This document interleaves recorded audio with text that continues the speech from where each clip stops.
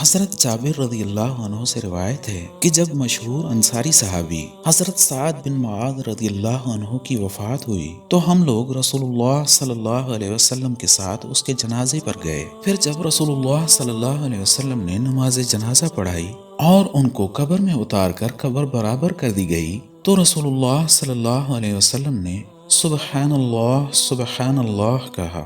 آپ صلی اللہ علیہ وسلم کو دیکھ کر آپ کی اتباع میں ہم بھی دیر تک سبحان اللہ کہتے رہے۔ پھر آپ صلی اللہ علیہ وسلم نے اللہ اکبر کہنا شروع کیا تو ہم بھی آپ صلی اللہ علیہ وسلم کی اتباع میں اللہ اکبر کہنے لگے۔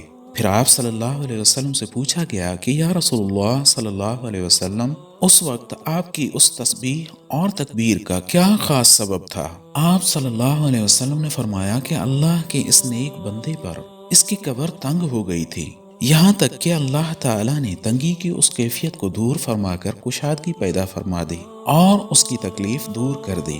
حضرت سعد بن معاذ رضی اللہ عنہ انصاری رسول اللہ صلی اللہ علیہ وسلم کے مشہور و ممتاز صحابہ میں سے تھے۔ غزوہ بدر میں شرکت کی فضیلت و سعادت انہیں حاصل تھی۔ 70,000 فرشتوں نے ان کے جنازے میں شرکت کی۔ آسمان کے دروازے ان کے لیے کھولے گئے۔ ان کی وفات پر رحمان کا عرش حرکت میں آ گیا۔ حضور صلی اللہ علیہ وسلم کے سینہ یاران پر ان کا وصال ہوا۔ حضور اقدس صلی اللہ علیہ وسلم نے اپنے ہاتھوں سے ان کے لیے قبر کھودی۔ ہر پھاوڑے کی چوٹ پر ان کی قبر سے مشک کی خوشبو نکلتی تھی۔ بنو قریظہ کے بارے میں حضرت سعد بن معاذ رضی اللہ عنہ نے جو فیصلہ کیا، اس فیصلے پر حضور اکرم صلی اللہ علیہ وسلم نے فرمایا، اے سعد، تو نے جو فیصلہ کیا ہے یہی فیصلہ اللہ تعالیٰ نے آسمانوں کے اوپر کیا ہے۔ قبر سے مشک کی خوشبو نکلتی تھی۔ آپ صلی اللہ علیہ وسلم فرماتے جاتے تھے، واہ واہ، کتنی اچھی ہے مرد مومن کی قبر کی خوشبو۔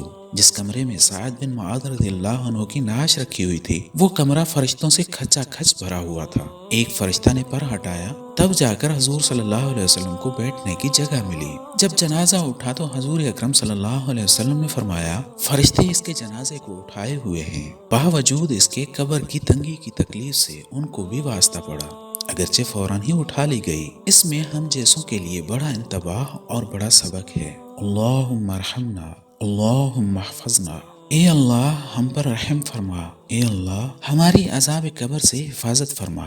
رسول اللہ صلی اللہ علیہ وسلم کی خدمت میں دومت الجندل کے امیر نے ایک ریشمی جبہ بھیجا تھا۔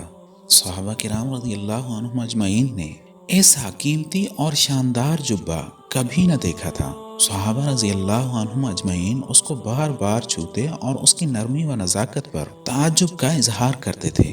آپ صلی اللہ علیہ وسلم نے صحابہ کرام رضی اللہ عنہم اجمعین کے اس عمل کو دیکھ کر فرمایا، کیا تم کو یہ بہت اچھا معلوم ہو رہا ہے؟ جنت میں سعد بن معاذ رضی اللہ عنہ کے رومال اس سے بہت زیادہ بہتر اور نرم و نازک ہیں۔